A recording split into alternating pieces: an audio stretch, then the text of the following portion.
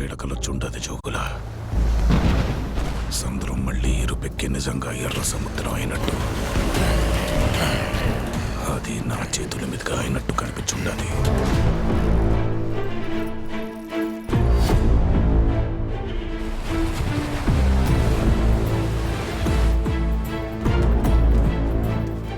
భయం పోవాలంటే దేవుడి కథైనాలా? భయం అంటే ఏంటో తెలియాలంటే దేవర కథైనాలా?